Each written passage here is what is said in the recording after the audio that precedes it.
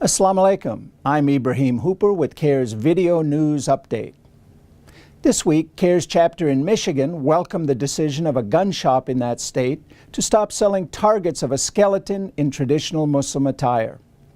CAIR Michigan has approached the target's manufacturer about dropping the item from its product list.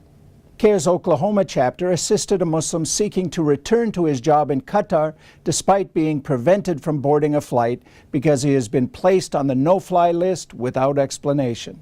It's very confusing. Adam Soltani is executive director of Oklahoma's chapter of the Council on American Islamic Relations, or CAIR. We had hoped that that cleared things up when he was finally allowed to fly.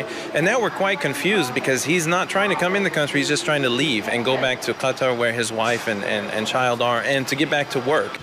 CAIR's St. Louis chapter this week joined a coalition of human rights advocates in challenging the hiring of a former doctor at the Guantanamo Detention Center in Cuba. At 10:30 this morning in the Student Center on MU's campus, there's a news conference to oppose James' hiring.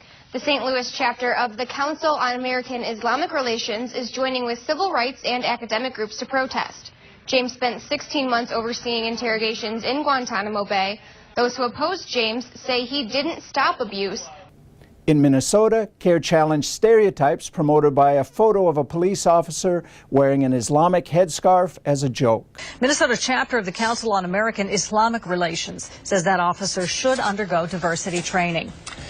At the national level, CAIR also challenged stereotypical uses of words like jihad. Muslim civil rights activists like Nihad Awad, the national executive director of the Council on American Islamic Relations, or CAIR, say the term is misunderstood. It is a concept, a noble concept within Islam that emphasizes personal struggle within yourself to be a better person, better husband, better wife, better worker, better neighbor.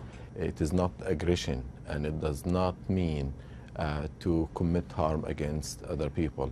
And CAIR challenged stereotypical images in TV advertising in an appearance on Fox's O'Reilly Factor. I look forward to seeing the Super Bowl myself, and I always enjoy watching the commercials.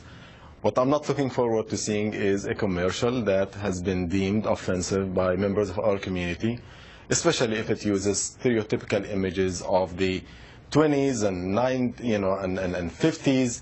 I thought this is like behind us. In Texas, hundreds turned out for a Muslim Day at the state capitol, despite threats to target the event. We've been receiving a lot of death threats.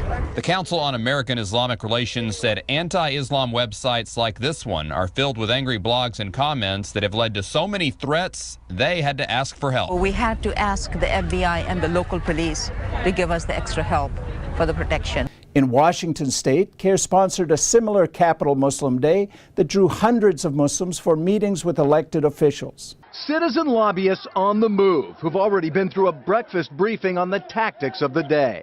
The white folders are for your group to give to your lawmaker after the meeting. It has the issues in it.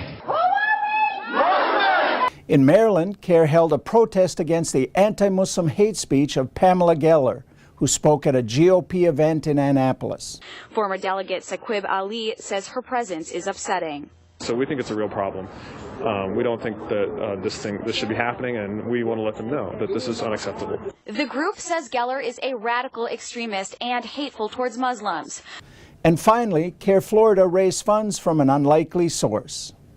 The Council on American Islamic Relations South Florida chapter has cashed in on a piece of political memorabilia.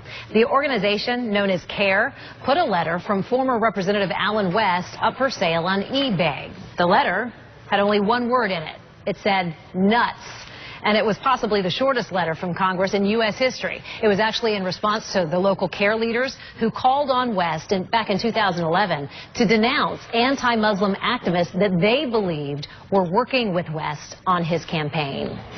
To receive CAIR updates and action alerts, sign up at CAIR.com.